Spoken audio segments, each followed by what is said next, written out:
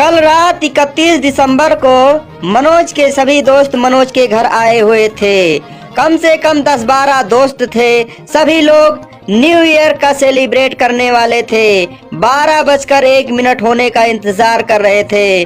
सोच रहे थे जब 12:01 होगा तो सभी लोग दोस्त लोग मिल करके केक काटेंगे और धूम मचाएंगे, डांस करेंगे। उधर डांस सभी लोग कर रहे थे, डीजे बज रहा था और सभी लोग ड्रिंक भी कर रहे थे और डांस भी कर रहे थे। सभी लोग डांस करने में व्यस्त थे। डीजे लगा हुआ था, गाना इतनी तेजी से बज रहा था, किसी को एक दूसरे की आवाज नहीं सुनाई दे रही थी। उसी बीच मनोज का दोस्त अनुभव चुपके से उसके घर में जाता है और मनोज की बहन को कहता है, चलो तुम भी हमारे साथ सेलिब्रेट करो। रागनी मनोज की बहन से अनुभव का पहले से ही अफेयर चल रहा था, मगर मनोज नहीं जानता था। रागनी अनुभव से कहती है, बाहर चले जाओ नहीं तो भैया आ जाएंगे। अनुभव ड्रिंक किए हुए था, वह रागनी को पकड़ लेता है और रागनी भी उसे पकड़ लेती है। दोनों की धड़कनें बढ़ जाती है और दोनों संबंध बनाने के लिए बेकाबू हो जाते हैं। फिर दोनों बेडरूम में जाते हैं और अवैध संबंध बनाने लगते हैं। संबंध बनाने के बाद में अनुभव बेडरूम से बाहर चला आता है। उधर मनोज और उसके सभी दोस्त केक काटने के लिए इकट्ठे होते हैं। तभी मनोज कहता है, अनुभव नहीं दिख रहा है, कहाँ चला गया। तभी उसका एक दोस्त कहता है, ज्यादा पी लिया होगा, कहीं पड़ा होगा। तो मनोज उसे ढूंढने लगता है और ढूंढते ढूंढते बेडरूम में जाता है तो अपनी बहन से पूछता है, अनुभव यहाँ आया था? तो उसकी बहन कहती है, नहीं यहाँ तो नहीं आया था भैया, वह यहाँ अभी नहीं आया है। मनोज अनुभव को ढूंढ कर वापस चला आता है और अपने दोस्तों से कहता है, वह नहीं मिला, शायद अपने घर चला गया होगा। और सभी दोस्त केक काटते हैं और खाना खाने के बाद में अपने अपने घर चले जाते हैं। जब सुबह होती है तो अनुभव मनोज की गली में पड़ा हुआ था।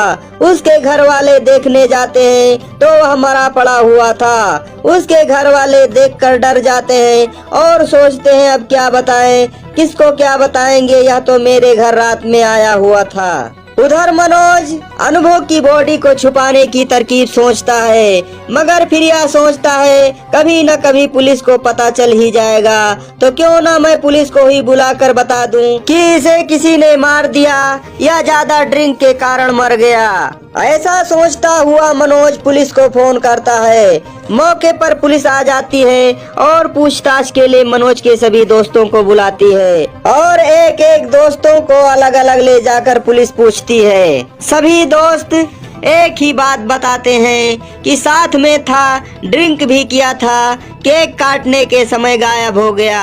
अब पुलिस अनुभव की बॉडी को फोरेंसिक लैब भेज देती है। फोरेंसिक लैब से जब रिपोर्ट आता है तो वह रिपोर्ट यह रहता है कि उसके गले को दबाकर मारा गया है। अब पुलिस मनोज के घर आती है और उसके दोस्तों को भी बुलाती है। सभी दोस्तों से पूछती है कि किसने मारा। सभी दोस्त हैरान रहते हैं, आखिर में किसने मारा। सभी लोग एक दूसरे का मुंह देखते हैं, मगर सभी लोग भौचक्के रहते हैं, मारा तो किसने मारा, किसी को यह पता नहीं चलता है। अब पुलिस अपराधी की तलाश में जुटी है, अभी अपराधी नहीं मिल पाया है। हमारे संवाददाता के अनुसार इतना ही खबर मिल पाया है। आगे जो इन्फॉर्मेशन मिलेगा आप लोगों तक वीडियो के माध्यम से पहुंचाता। छोड़ दीजिए ससुर जी, अब मैं आपका बर्दाश्त नहीं कर पाऊंगी। बहुत दर्द हो रहा है, बस करिए, जितना मर्जी हो, आराम से करिए। आज तो पहला दिन है। जी हाँ दोस्तों, ऐसा ही मेरी बहू मुझे कह रही थी। आज मैं आपको पूरी कहानी बताने जा रहा हूँ। मैंने कोई ज़बरदस्ती नहीं की थी और ना ही मैंने खुद से ही ऐसा कुछ किया। हालात ऐसा बना था कि मेरी बहू ने मुझे ये सब करना पड़ा। मेरा नाम श्यामलाल है। मेरी पत्नी का देहांत कई साल पहले हो गया था। मेरा एक बेटा है जिसकी शादी मैंने जल्दी कर दी ताकि घर में एक औरत आ जाए। घर में एक औरत का रहना कितना ज़रूरी है, इस वजह से मैंने अपनी बेटी की शादी नीलम से कर दी थी।